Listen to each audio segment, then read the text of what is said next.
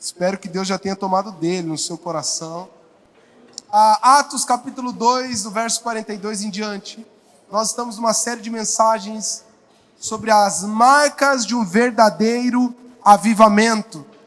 E talvez alguns aqui já estão quase decorando nessas semanas todas. Todo o início de mensagem eu faço uma breve recapitulação. Porque é possível que alguém veio aqui hoje pela primeira vez e precisa entender o que nós estamos ouvindo de Deus, entendendo de Deus. Nós entendemos que avivamento é uma palavra que, infelizmente, ela tem diversas possíveis aplicações conforme a experiência de cada um. Para alguns, a palavra avivamento é sinônimo de um culto muito emocional, barulhento, com muitas expressões de adoração, música alta e glória a Deus e aleluia e aquela coisa que também não está errado, não quer dizer que não possa ser uma experiência com Deus. Mas avivamento não é isso. Avivamento não é uma reunião barulhenta, uma reunião onde houve grandes expressões de adoração, de louvor, pessoas choraram, se emocionaram. Isso não necessariamente é avivamento. Avivamento também não é uma reunião de muita gente. Tem gente que fala, olha, teve um evento lá, rapaz, tinha 30 mil pessoas, foi avivamento. Pode ser que não. Não necessariamente. Não é porque houve aglomeração, agrupamento de pessoas, que necessariamente um avivamento aconteceu.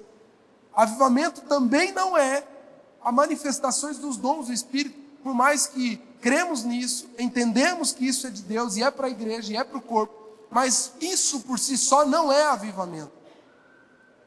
A prova é que a igreja de Corinto desfrutava de muita manifestação de dons, mas era carente de transformação.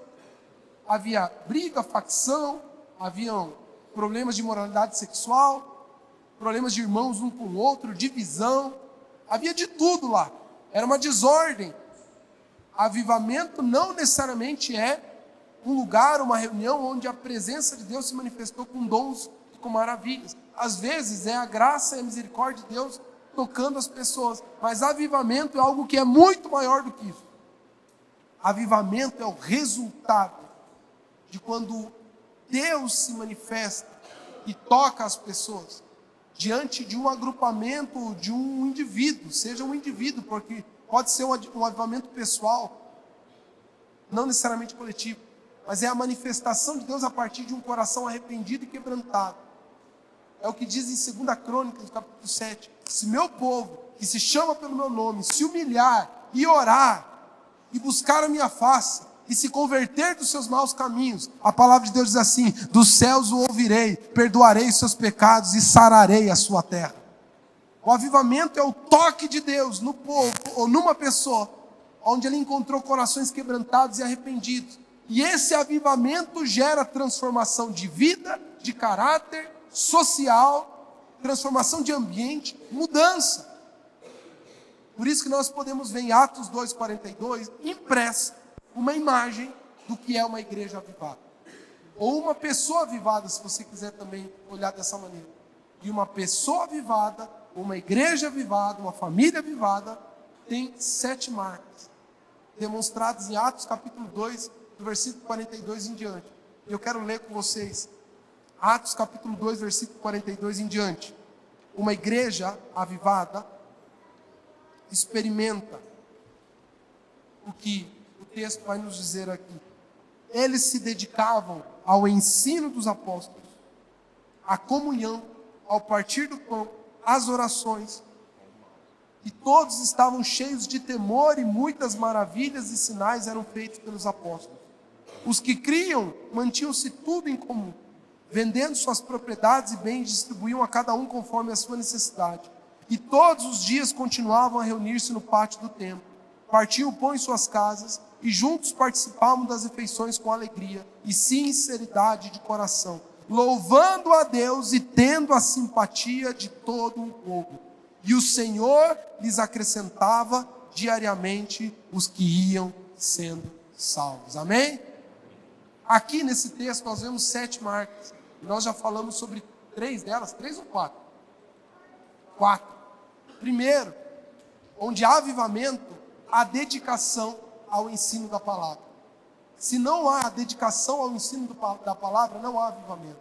Por isso que É triste quando nós vemos igrejas que acreditam estar experimentando avivamento, onde eles concentram a sua experiência de avivamento apenas em reuniões, onde há muito louvor, muita adoração, muita manifestação da presença, muito poder, muito entusiasmo, muita glória, muita emoção, mas as pessoas não estão crescendo na palavra. As pessoas não conhecem a Bíblia, as pessoas não conhecem o texto, as pessoas não conhecem, não crescem, não se desenvolvem. Uma igreja avivada vive dedicação ao ensino das Escrituras. Segundo, avivamento gera dedicação à comunhão, vida na vida, às pessoas. Quando a gente está avivado, quando o coração está avivado, a gente é levado a amar os outros, a servir os outros, a viver uns com os outros, a gastar tempo uns com os outros, a ter tempo de mesa uns com os outros. Sabe, se para você, parece um parto, um evento como esse, que a gente fala, vamos num piquenique, ter comunhão, você fala, te dá 3 tipos de medo, sabe? Não, conversar com gente, conhecer gente, você precisa de Deus. Porque quando Deus está na vida de alguém, uma das principais marcas é querer estar com gente, é querer amar, querer servir, querer se conectar. Tem gente que foge do diabo como o diabo foge da cruz. Fala, tá doido, vou lá, abrir minha vida, conversar. Porque é isso que Deus faz em nós, nos conecta uns aos outros, conecta corações, faz a gente amar o fraco, faz os outros amarem você, que também é um fraco, faz a gente suportar uns aos outros. Quarto, onde há avivamento de verdade, há dedicação à oração, à vida de oração, à experiência de oração. O avivamento de verdade, ele não acontece, ele não é provocado em público, ele é gerado no secreto. E o que revela realmente um despertamento espiritual é como está a tua vida de intimidade com Deus. E se ela não existe, é porque você tem um problema mais grave ainda. E a vida de intimidade que eu digo é essa mesmo, é você sozinho com Deus, no secreto. É você e Ele, lá, lutando, orando. Eu tenho ouvido tantos testemunhos do que nós estamos vivendo aqui nessas semanas, e especialmente da experiência de oração. Muitas pessoas estão sendo transformadas, estão vivendo realmente algo que nunca viveram na sua experiência de oração, e alguns tiveram a oportunidade de testemunhar, e eu tenho sido impactado com o que estou ouvindo, de como Deus é fiel à sua palavra, e como realmente não tem segredo. Foi assim há 2000 anos, foi assim há 1000 anos, era assim no século passado, continua sendo assim agora e será para sempre. Uma vida com Deus se constrói através de um relacionamento pessoal com Deus. Não tem como fugir disso. E muitos irmãos aqui têm sido tocados e despertados na vida de oração a partir da mensagem que nós demos aqui nas últimas semanas. Mas nós não queremos parar por aqui. Nós precisamos seguir para mais uma das marcas que revelam um verdadeiro avivamento. Na igreja, na vida pessoal, numa comunidade ou numa cidade. Olha o que diz no verso 43 em diante. Todos estavam cheios de temor. Nós falamos na semana passada sobre adoração e devoção. O que é a verdadeira adoração? Quem estava aqui domingo passado? Amém? Você foi abençoado? Você entendeu o que é adoração e devoção de verdade? Mas olha o que está conectado a esse texto. Todos estavam cheios de temor, e muitas maravilhas e sinais eram feitos pelos apóstolos. Vocês estão preparados? Vamos repetir aqui? Sinais. Meu Deus. Deus o livre. Vamos lá. Agora como alguém que está vivo, acordado, pensando. Repita após mim, por favor. Sinais. Uau. Vamos lá de novo. Sinais. E maravilhas. Sinais e maravilhas. Eu sei que já te deu 3 tipos de medo aí. Porque toda vez que lidamos com o sobrenatural,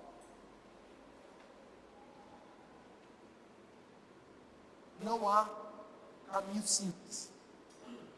Não há caminho simples para lidar com isso. Não é simples.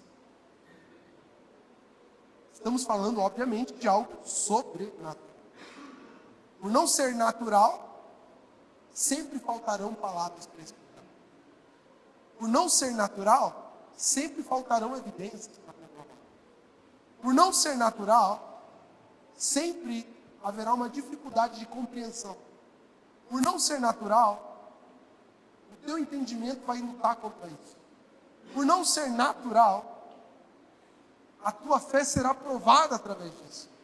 Por não ser natural, o teu orgulho será confrontado através disso. Por não ser natural, você terá naturalmente uma predisposição a se afastar.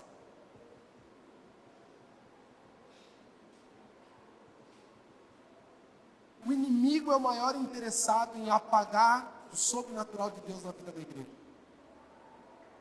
O inimigo é o maior interessado em extinguir o mover sobrenatural na vida de uma igreja. Nós não temos tempo aqui, mas eu poderia discorrer com vocês um pouco da história do cristianismo. E o que aconteceu que fomos parar do cristianismo de Atos, ao longo desses séculos todos, para o cristianismo que nós vemos no mundo hoje, nas mais diversas expressões religiosas, evangélicos, protestantes, católicos, ortodoxos. Por que o cristianismo virou o que virou? Sendo que há confissões de fé cristãs sérias, históricas e devotas que não acreditam que Deus se move da mesma maneira que se movia naquela época. Ó, deu até um drama na minha fala.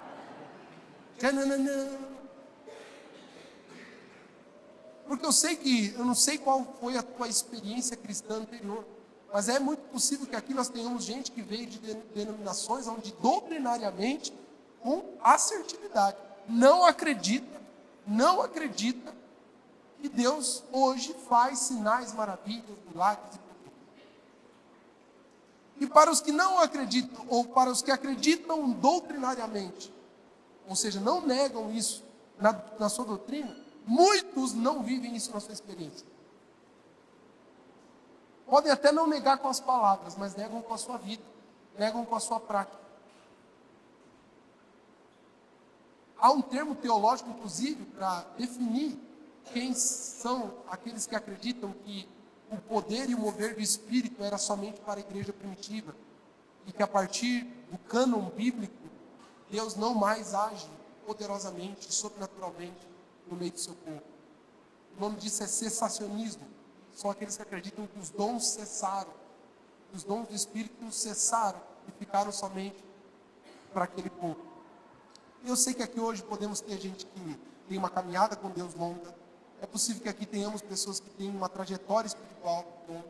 Ou talvez tem pessoas aqui que caíram de paraquedas, estão aqui visitando, conhecendo. Talvez tenha alguns que estão começando a sua caminhada aqui. Não importa. Hoje eu quero, em nome de Jesus, eu oro para isso. E até o final desta noite, o Espírito Santo toque a tua vida. Transforme o teu entendimento e, acima de tudo, o seu poder se manifeste sobre você, para que você nunca mais duvide do que Deus é capaz. Essa é a minha oração. Esse é o meu desejo. Mas eu preciso começar pela palavra. Agora não quero terminar somente nela. Mas a palavra já nos mostra, já anunciava que Deus seria um Deus que se moveria e permaneceria se movendo espiritualmente, sobrenaturalmente, e estenderia esse poder à sua igreja, ao seu povo. Se você pegar a sua Bíblia, se você tem Bíblia e quer aprender, abra a sua Bíblia. Eu quero que você comece a acompanhar. Eu não vou conseguir ler os textos todos, eu não vou conseguir aqui me debruçar, mas se você quiser, anota aí para você tirar suas dúvidas depois. Joel capítulo 2, inclusive um texto citado pelo próprio Pedro em Atos capítulo 2. Joel capítulo 2, do verso 28 em diante, nós temos a promessa de que um dia o Espírito de Deus seria derramado sobre toda a carne. O que é o Espírito de Deus? O Espírito de Deus é o próprio Deus. O Espírito de Deus é a terceira pessoa da Trindade. Ele é o próprio Deus. E o próprio Deus, o Espírito de Deus, a Bíblia diz que no início, a terra era sem forma e vazia, e o Espírito de Deus se movia sobre a face do abismo. E o Espírito de Deus estava lá desde o início. E o Espírito é o poder atuador de Deus. Quando Deus opera no mundo, na terra e no mundo criado, Ele sempre fez isso através do poder do seu Espírito. Por isso que no Velho Testamento, na metade inicial da Bíblia, até o livro de Malaquias, todos esses 39 livros, você vai ver Deus operando através do seu Espírito de forma muito pontual. Por isso que quando Deus operava milagres e maravilhas, Ele se manifestava. E quando Ele operava na vida de pessoas, aquilo era muito pontual. A Bíblia diz que o Espírito se apoderava de alguém, operava através dele e saía. Porque o Espírito não habitava no homem, mas agia no homem pontualmente quando Deus precisava fazer algo. Se você ler o livro de Juízes, praticamente todos os juízes passam por essa descrição. E o Espírito de Deus se apoderou dele, e aí ele fez tal coisa, tal coisa, tal coisa. A Bíblia diz que Sansão, tomado pelo Espírito, fez aquilo outro. Gideão, e assim vai. O Espírito, ele vinha, operava, agia sobrenaturalmente e se movia. Porque ele não era habitação, mas a promessa de Joel, descrita é que um dia o Espírito de Deus habitaria em toda a carne. Ou seja, estaria acessível, estaria disponível, não seria apenas uma restrição para poucos, mas estaria em todos aqueles que crescem em seu nome, aqueles que crescem em Deus, aqueles que estivessem dispostos, aqueles que estivessem abertos. Haveria algo que destravaria os céus e derramaria a glória de Deus sobre a vida daquele que cresce. Isso era uma promessa, em Joel 2. E essa promessa foi reforçada pelo próprio Jesus. Agora a promessa não é mais só de Deus e do profeta. Jesus, lá em em João capítulo 16, do verso 7 ao 14, Jesus promete, ele diz o seguinte: Jesus, ele mesmo, categoricamente diz: pessoal, eu estou aqui com vocês, mas eu vou embora. Eu vou embora. Eu vou morrer, vou ressuscitar, vou embora. Mas vocês não ficarão órfãos. Eu enviarei, ou o Pai enviará o Espírito de Deus. E Ele passará a habitar em vocês. Eu aqui estive com vocês, mas o Espírito de Deus habitará em vocês. E Ele os guiará, os convencerá. O Espírito tem 3 funções básicas na vida de uma pessoa: regenerar o seu caráter e a sua natureza espiritual, que é o novo nascimento. Habitar e preencher o coração dessa pessoa, preenchendo toda a lacuna emocional e espiritual. Isso é ser habitação do Espírito, é ser cheio do Espírito. Terceiro, capacitar a pessoa com um poder que não seja possível através de meios naturais.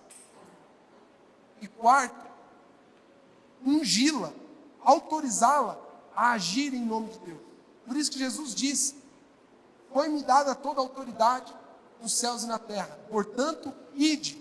E no ide, Jesus estava autorizando eles. Quando Jesus enviou os 70, em um texto diz 72 e outro 70, os teólogos não conseguem saber exatamente quantos eram, ele deu autoridade para os 70 para expulsar demônios, curar enfermos, agir em nome dele. E quando a Bíblia diz que deu-lhes autoridade, a mesma palavra que é utilizada em autoridade é a palavra que é utilizada em poder quando o Espírito vem sobre a igreja. Ou seja, o Espírito é o que capacita você a agir em nome de Deus, a ser um instrumento de Deus, é ser um canal de Deus. O Espírito faz isso. O Espírito Santo de Deus é o próprio poder de Deus habitando em você. Mas até em João 16 era uma promessa, até que chegou Atos 2. Vocês estão me ouvindo? E em Atos 2, a Bíblia diz que estavam todos reunidos. Antes de Atos 2, eu quero voltar em Atos 1. Abra sua Bíblia em Atos 1, capítulo 1. Jesus ainda está com os discípulos, está prestes a ascender ao céu.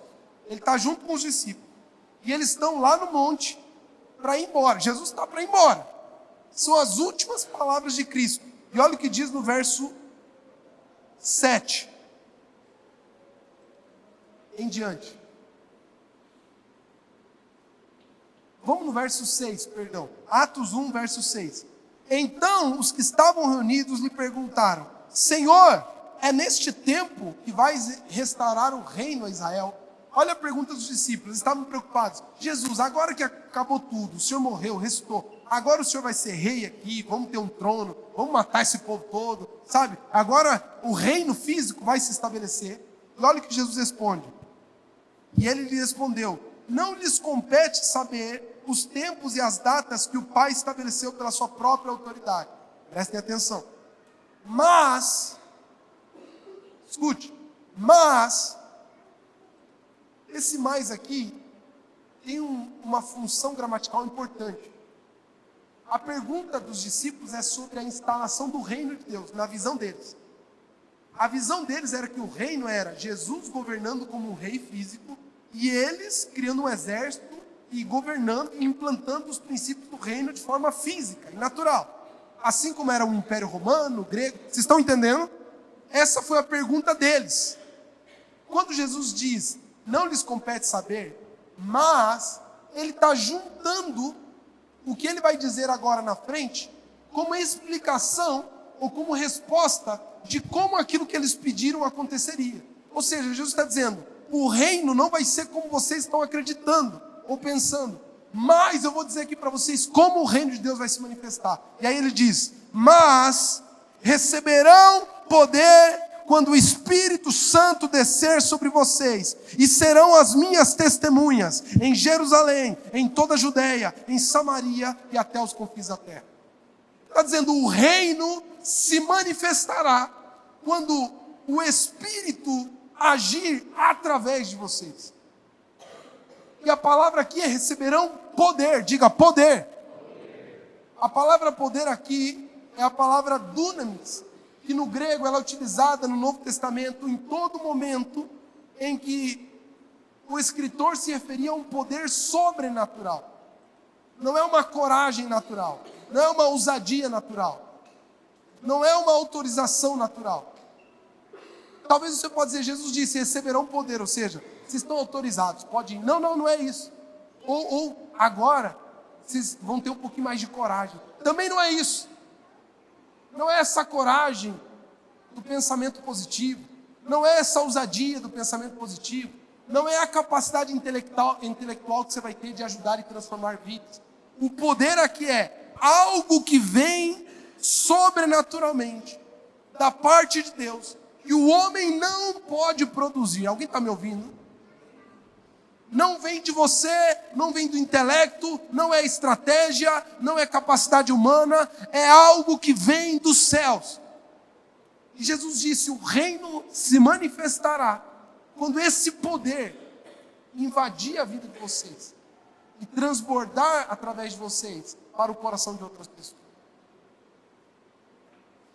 A pregação e a missão da igreja está intimamente relacionada com o sobrenatural.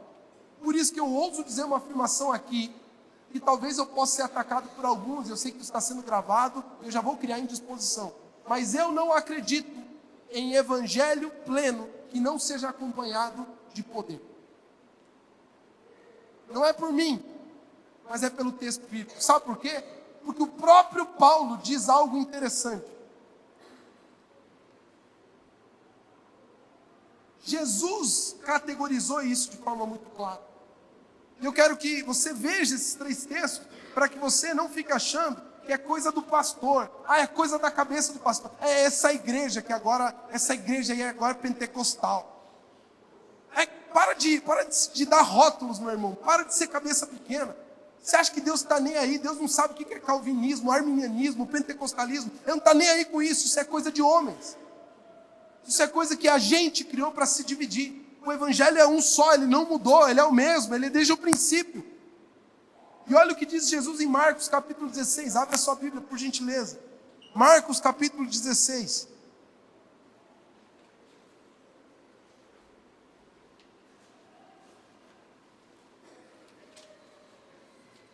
Verso 15 em diante.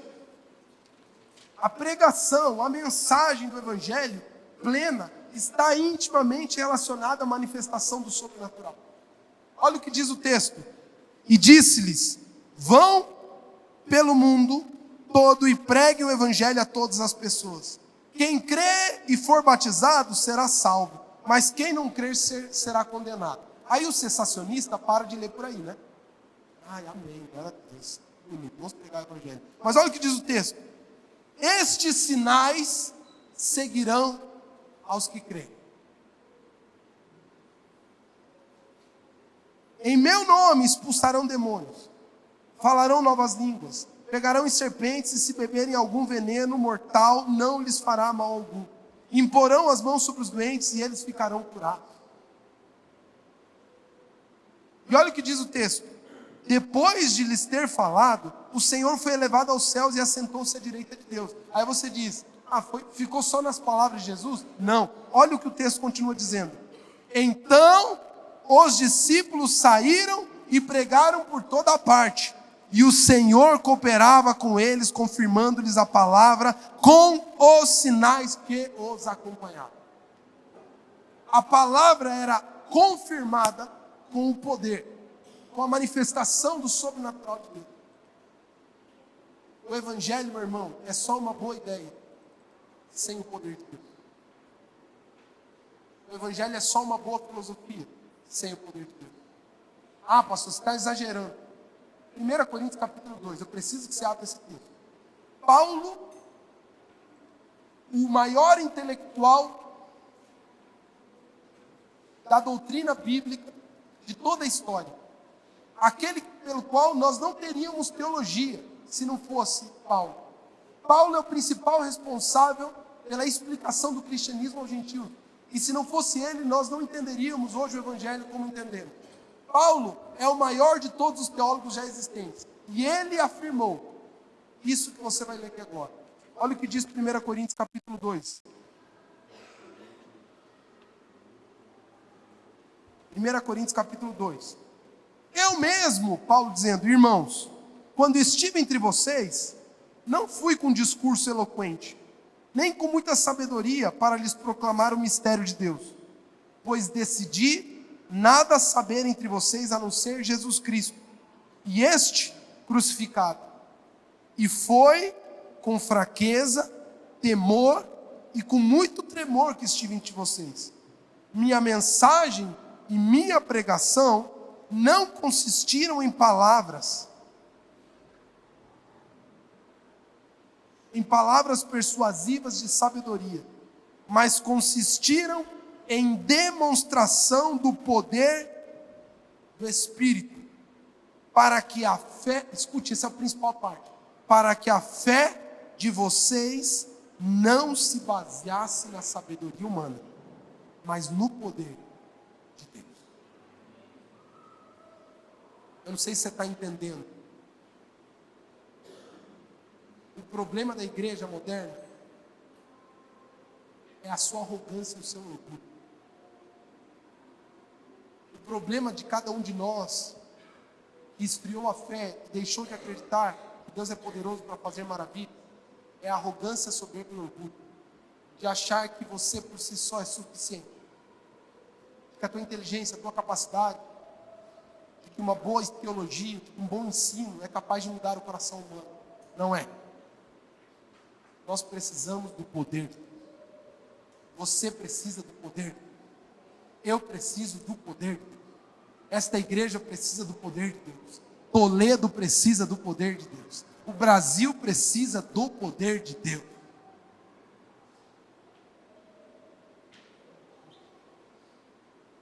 Por quê, pastor? Algumas coisas muito simples. Primeiro, o sobrenatural gera temor. A Bíblia diz que, lá em Atos 2:42, em cada alma havia temor, e muitos sinais e maravilhas eram feitos pelos apóstolos. Quando você vai ver a tradução grega, há uma desordem semântica, não dá para saber se o temor é antes ou depois. Ou seja, é possível que digam, por causa dos sinais e das maravilhas, cada alma tinha temor. Vocês estão entendendo? Ou seja, primeira coisa, o poder sobrenatural de Deus gera em você um temor em Deus. Gera um nível de devoção e fala, meu Deus, há algo maior do que eu. Vocês estão ouvindo? Eu lembro a primeira vez que eu tive uma experiência sobrenatural, ela foi negativa. Eu cresci num ambiente cristão. Eu cresci no Evangelho. E de uma vertente que acredita muito no poder de Deus.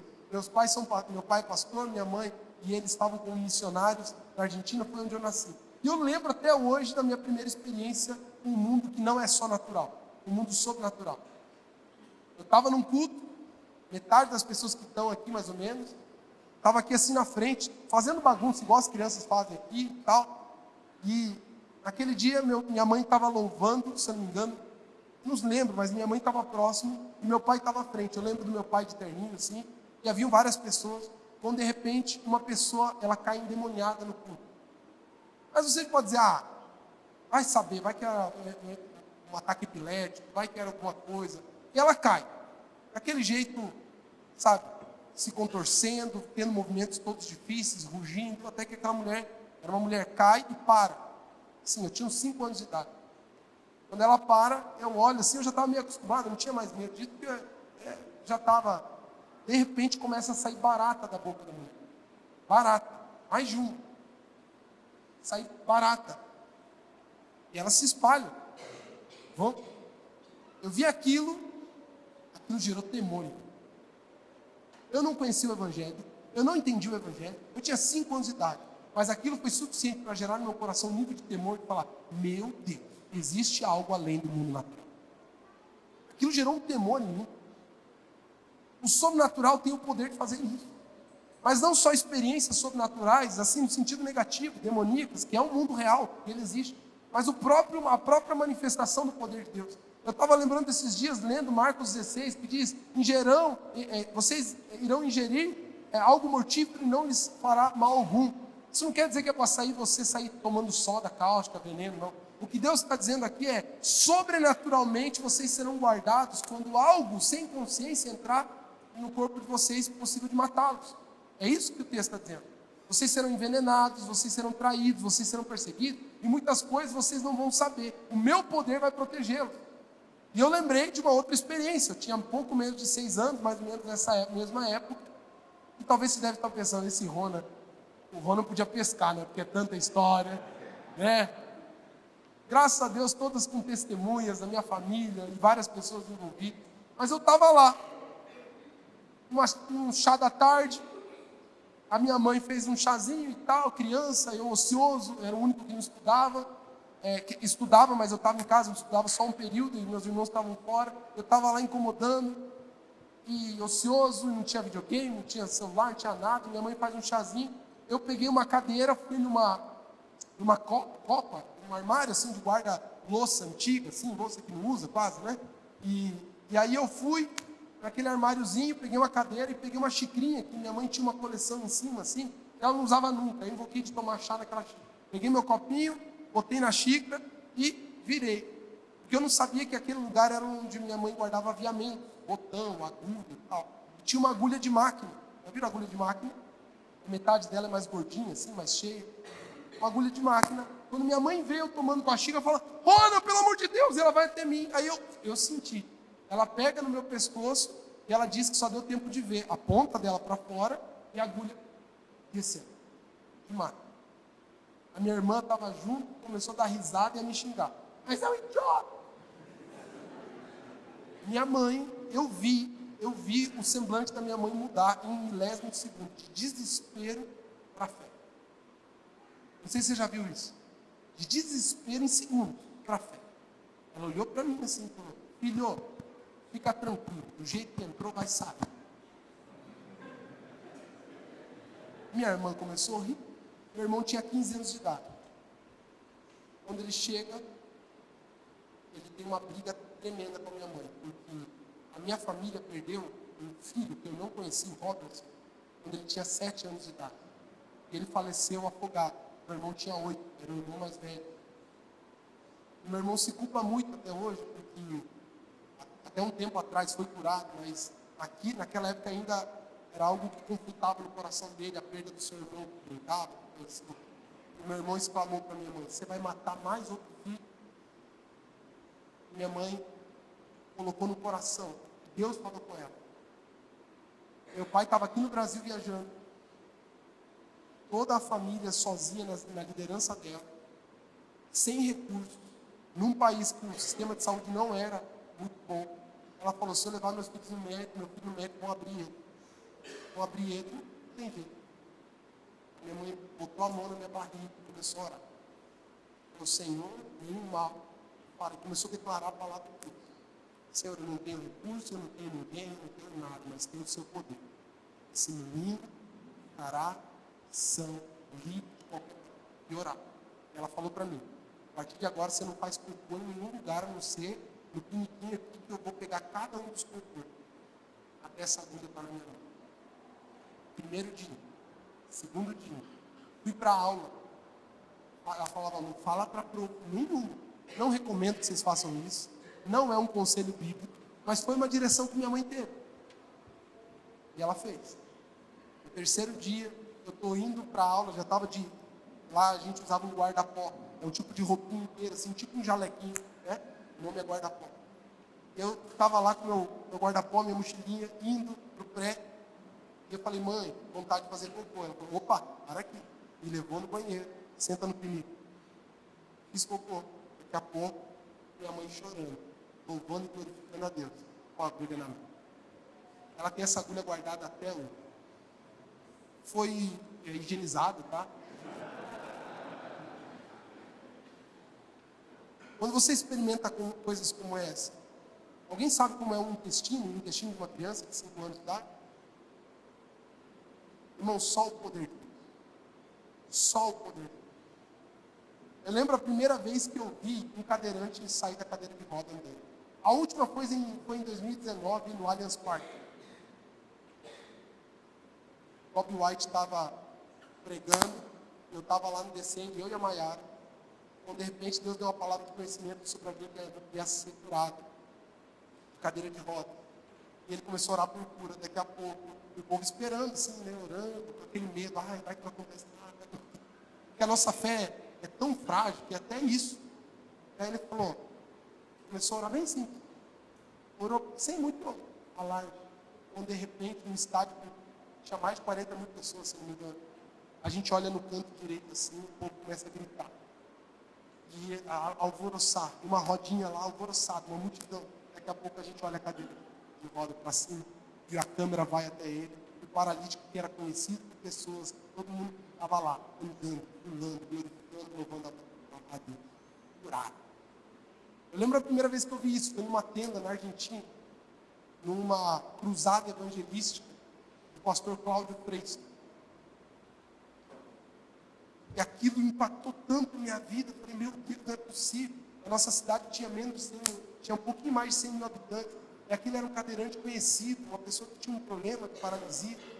De repente está lá, pulando e saltando pelo poder de Deus. Fala, não é possível isso. Aquilo gerava temor. Temor.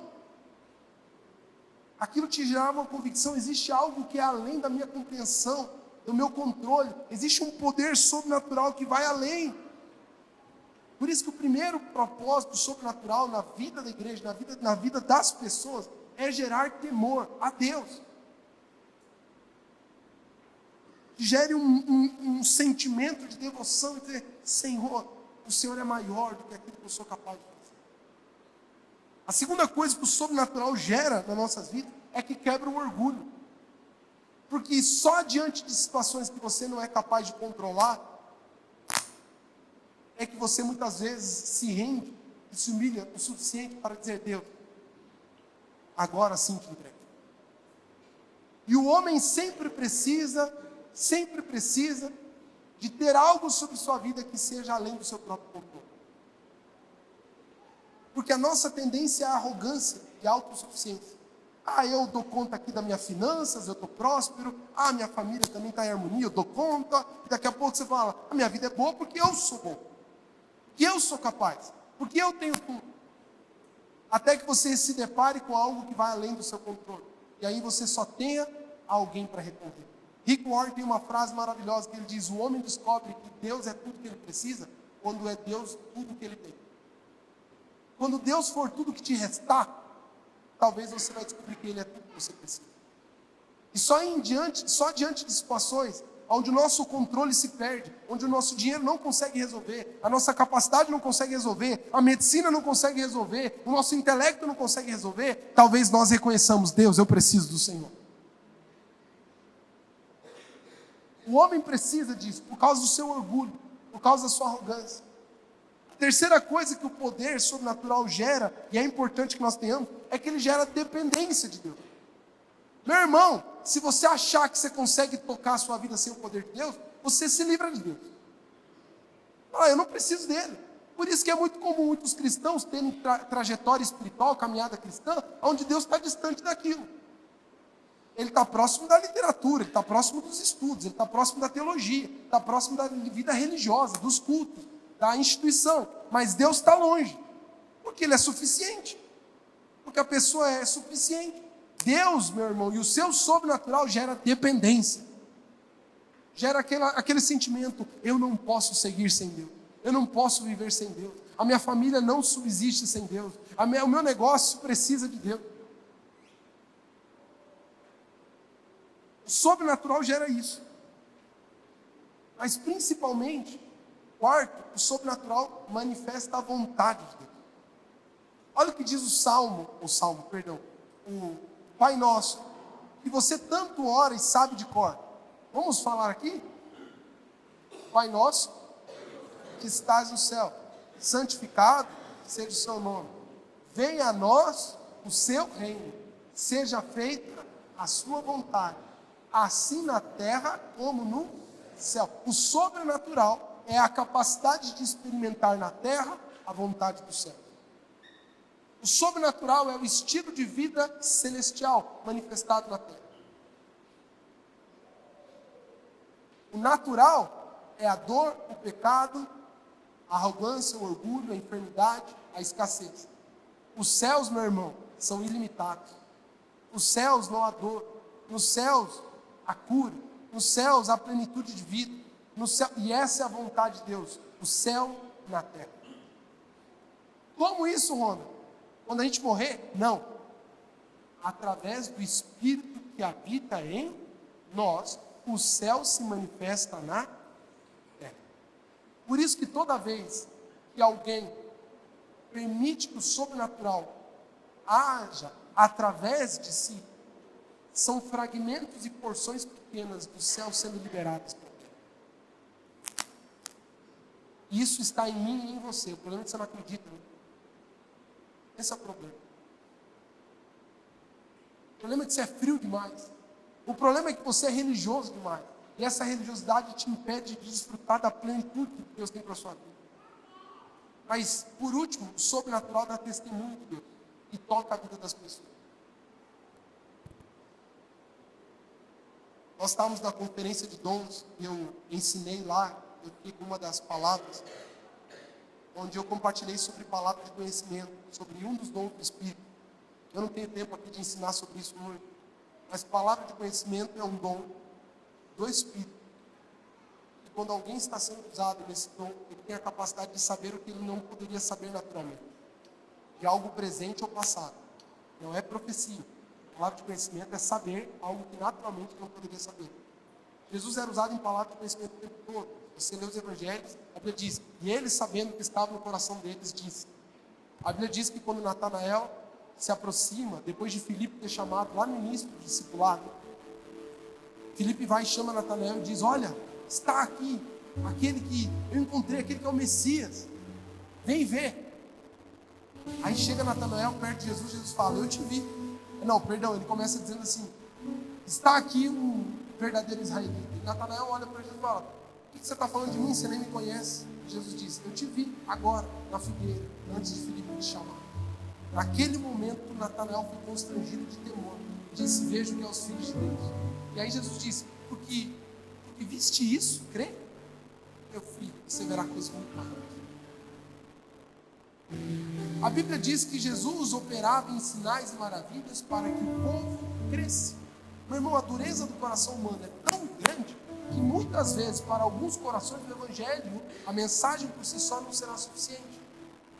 Sim, eu vou repetir o que eu disse. Não é heresia, não. Paulo disse isso. Eu não fui com vocês com palavras de sabedoria humana, mas com demonstração de poder, para que vocês soubessem que não é em cima de sabedoria, de discurso eloquente que vocês são salvos, mas pelo poder de Deus. Jesus disse, ou muitas vezes ele disse, nos evangelhos mostra, que ele precisava dos sinais por causa da dureza do coração deles. Meu irmão, você pode até duvidar da minha mensagem, você pode até não crer na minha teologia, mas você não consegue resistir ao sobrenatural. Quando aquilo que você não consegue explicar te toca, deu para você, já era, caiu na rede, é peixe. O sobrenatural empodera a igreja para que ela seja humilde e dependente de Deus, para que ela não caia na arrogância e na soberba de ser, nós somos uma igrejona. Nós não somos nada, nós somos vasos de barro, onde em nós é depositado um tesouro inestimável, chamado Espírito Santo de Deus. E pela graça de Deus eu tive o privilégio, e eu creio que Deus permitiu isso na minha vida para gerar temor em mim, mas gerar testemunho através de mim.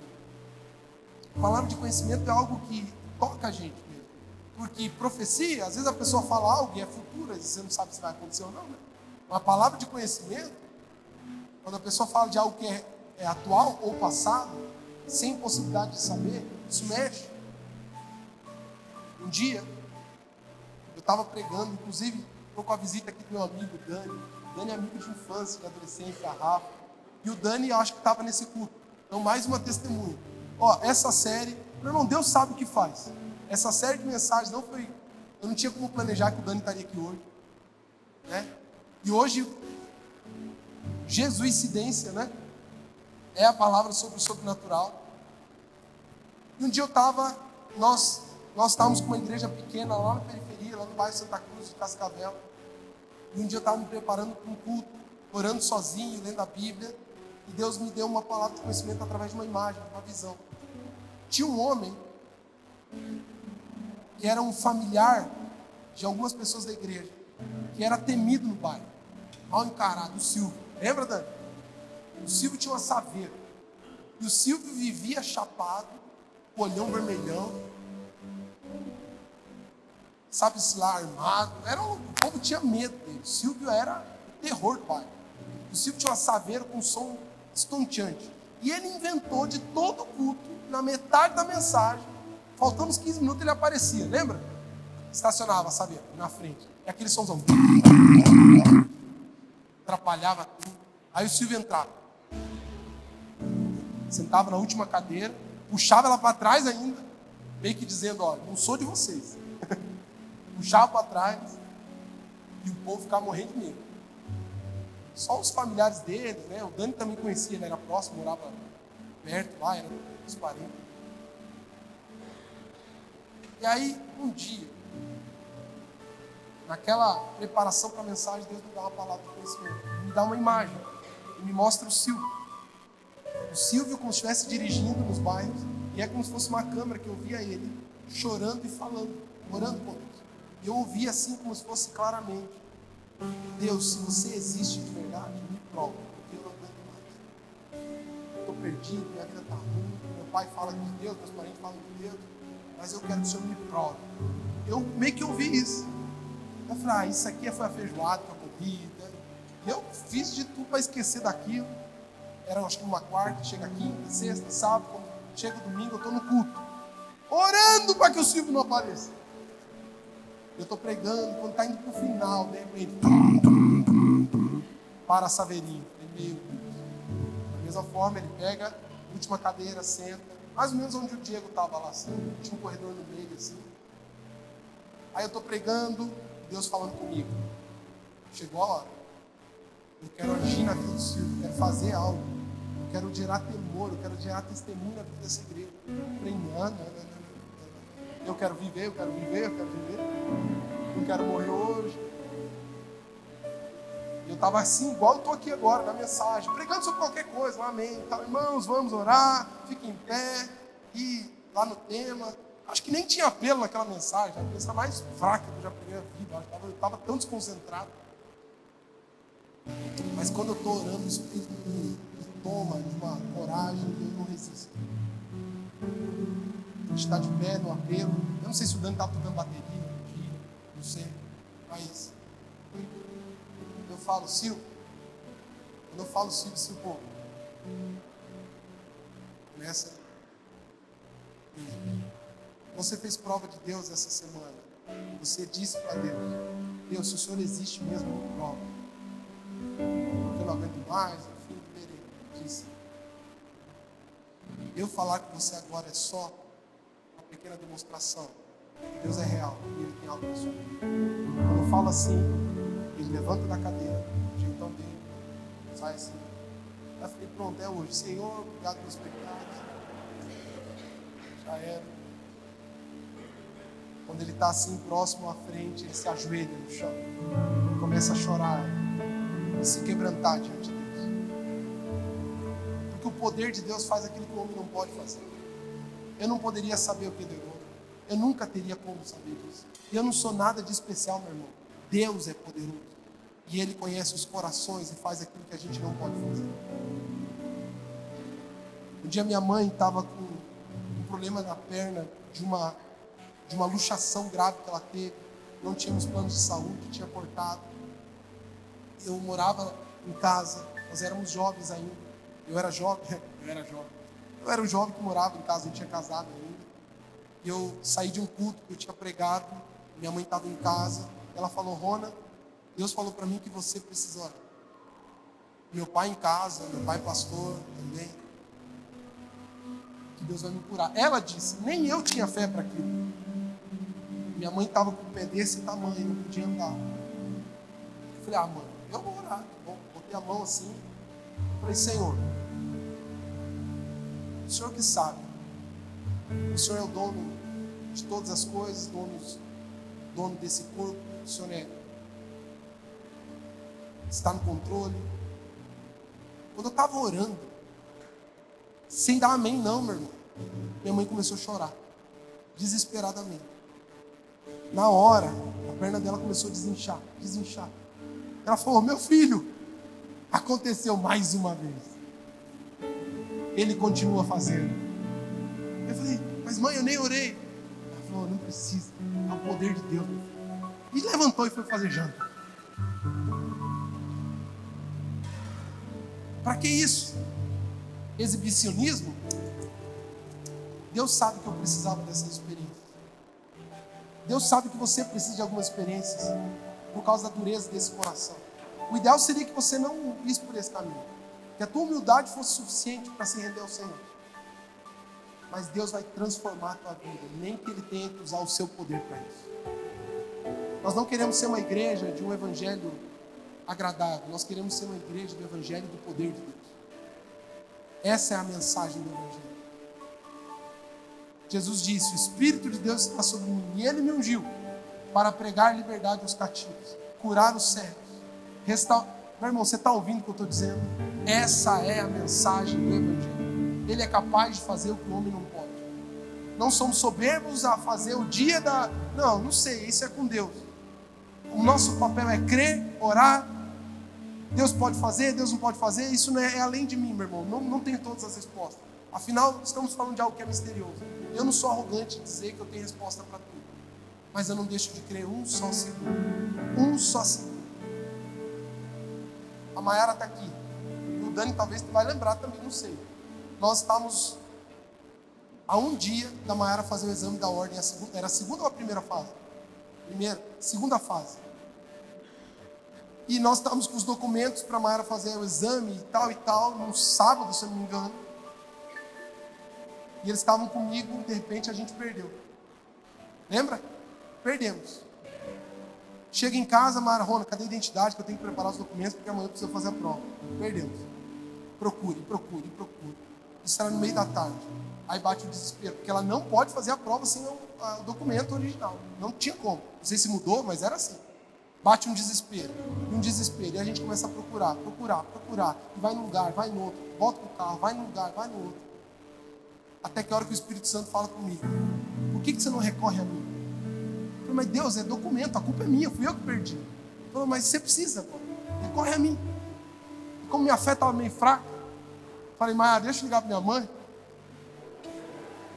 Liguei para minha mãe, falei, mãe, o que aconteceu, filho? Eu perdi o documento da Mayara. E a gente não sabe mais o que fazer. A gente precisa de um milagre.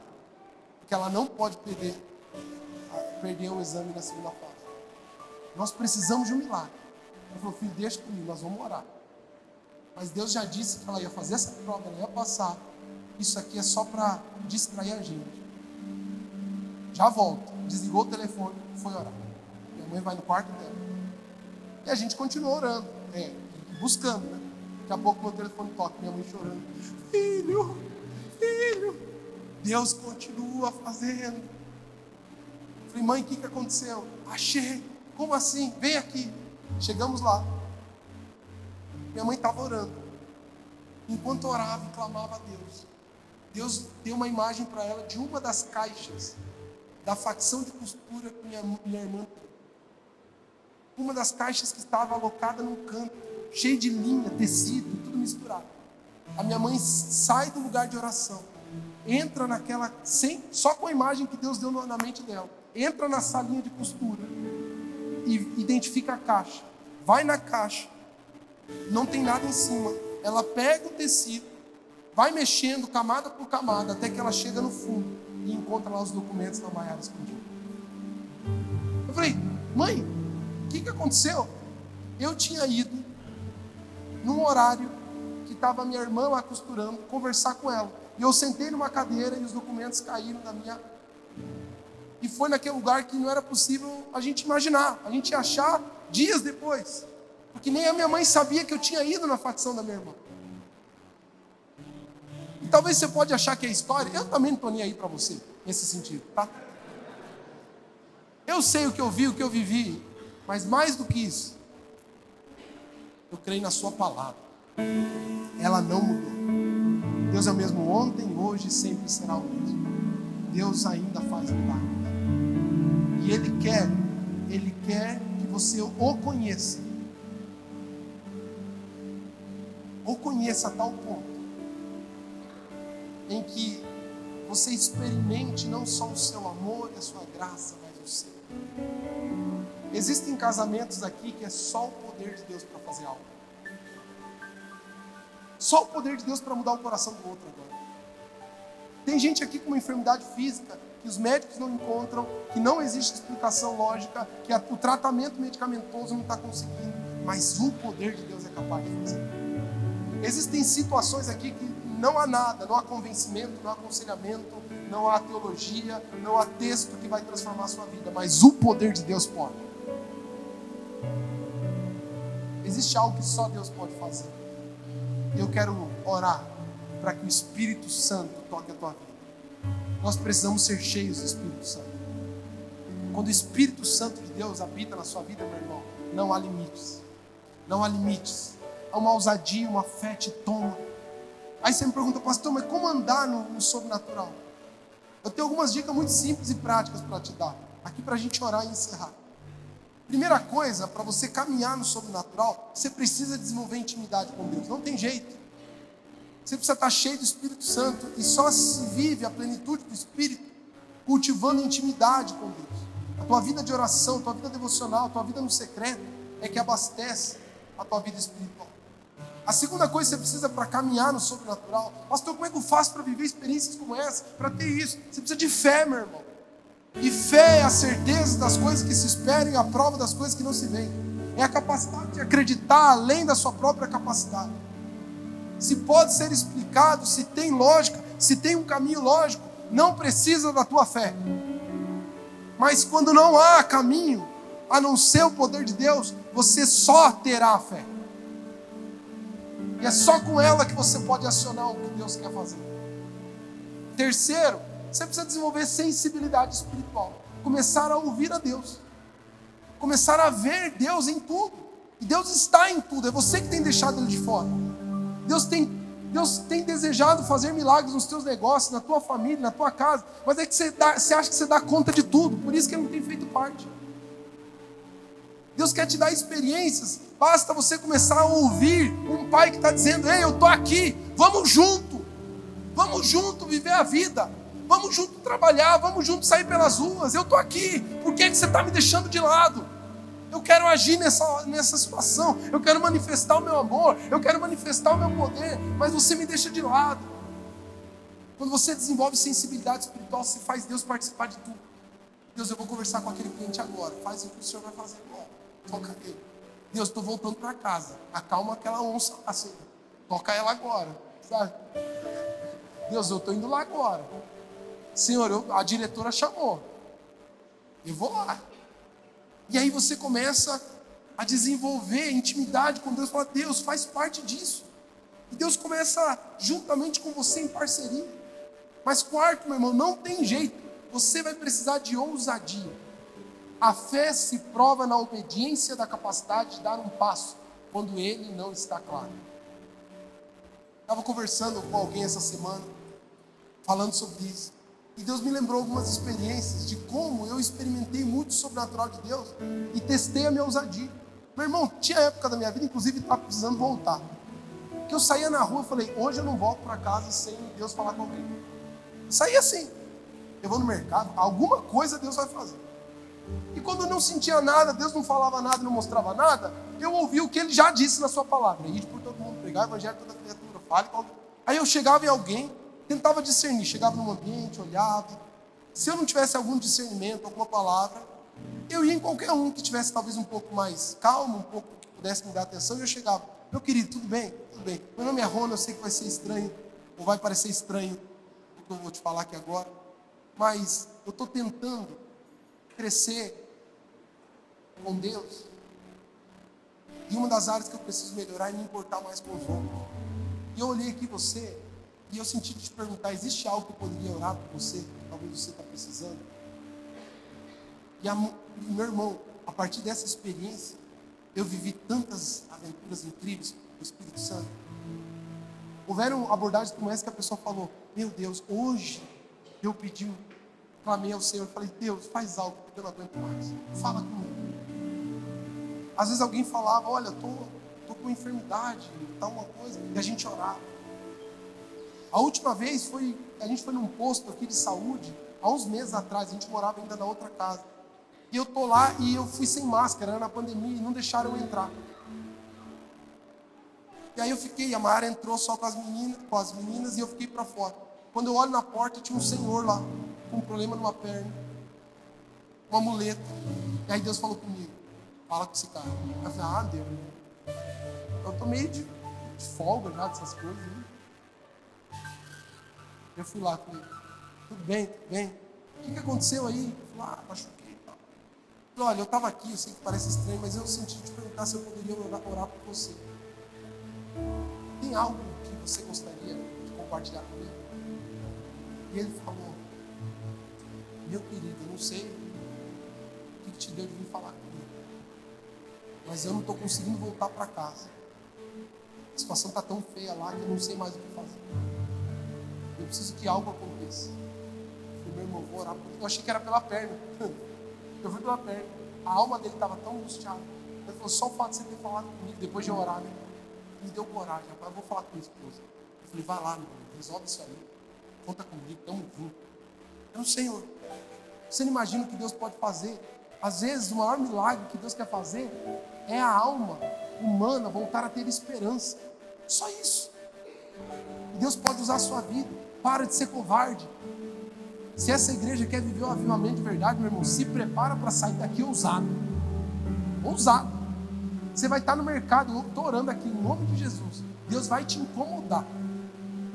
Deus vai te incomodar. Você não vai conseguir sair do mercado até falar com essa pessoa. Você vai estar no teu trabalho, Deus vai gerar algo no teu coração. Fala com aquele colega que ele está precisando de uma oração agora. E você vai ficar, não, Deus, não, que vergonha. Eu estou orando para você ficar incomodado. Deus não vai te dar paz. Você queria paz? Agora você não vai ter mais. Você vai ter agora incômodo do Espírito Santo para começar a agir no nome dele. Para começar a orar pelas pessoas. Meu irmão, você não tem o poder de curar ninguém. Você não tem o poder de transformar ninguém. Mas você serve um Deus que é acima de todas as coisas. E Ele está em você. Ele habita em você. Por isso eu quero orar por você. Eu sei que palavras de convencimento não podem fazer. Mas eu sei que o poder de Deus pode fazer. Fique em pé onde você está. Tem alguém que quer ser cheio do Espírito Santo? Tem alguém aqui que quer ser cheio do Espírito Santo? Feche seus olhos onde você está aí. A banda já começa a se preparar. Nós vamos orar. Eu quero fazer 2 orações. Ou talvez 3. É muito simples, meu irmão. Não tem muito alarde, não. A primeira, eu quero orar por aqueles que querem ser cheios do Espírito Santo. Aqueles que querem viver uma vida de plenitude espiritual, onde poder de Deus transborde na sua vida. Você quer experimentar o poder de Deus, viver milagres, ver Deus operando através dos dons? Você tem que desejar isso. Sim, porque a Bíblia diz que os sinais seguirão aos que creem. Então, onde você está, estende sua mão como alguém que recebe.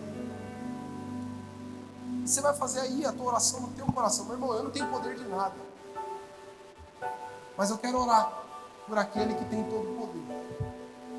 E eu não sei, eu vou orar aqui agora. E realmente, quando a gente vê experiência onde Deus enche as pessoas do Espírito Santo, às vezes elas são tocadas. Às vezes conforme a sua personalidade, temperamento, experiência, às vezes a pessoa sente algo tão poderoso, não consegue controlar o choro. Às vezes até tremedeira, às vezes alguns se prostram. Não sei, não se preocupa com isso. Mas eu quero orar para que você seja cheio do Espírito Santo. Cheio do Espírito Santo. Então, onde você está, estende aí as suas mãos como quem recebe. Comece a orar ao Senhor. E diga: Senhor, eu quero mais de Ti. Eu quero mais da Sua presença. Eu quero ser cheio desse poder que vem do céu. Eu quero fazer aquilo que só o Senhor faz. Não por mim, não por glória, não por vaidade. Mas eu quero ser dependente do Seu poder. Pai, em nome de Jesus, aonde há, Senhor, agora corações abertos e rendidos, dispostos a caminhar no Espírito, toca-os, Pai, toca-os agora, Senhor. Pai, que não possamos nos conter diante da Sua glória, que assim, Pai, como os sacerdotes se prostraram e foram tocados pela glória de Deus, que a glória que está neste lugar toque agora e encha a vida de cada um dos nossos irmãos aqui, Senhor. Aqueles, Pai, que estão sedentos por agir, por operar e por viver, Pai. Que o Senhor venha agora dar plenitude de satisfação, de contentamento, de alegria. Pai, eu quero orar agora. Talvez o sinal de ser cheio do Espírito para alguns será que a ansiedade vai embora, a depressão vai embora, a insatisfação vai embora, uma alegria, uma fé, uma ousadia vai brotar, e isso vai ser a evidência de que agora essa pessoa está cheia, dominada pelo Espírito Santo. Deus, em nome de Jesus, derrama o céu sobre cada um de nós, dá aquilo que é do alto, Senhor. Tira tudo aquilo que é do homem, tira toda arrogância, tira todo orgulho, Pai, em nome de Jesus. E enche-os em nome de Jesus, em nome de Jesus. Continue orando aí, meu irmão, que nós vamos cantar uma canção. Eu quero fazer uma outra oração. Continue aí, não saia dessa presença.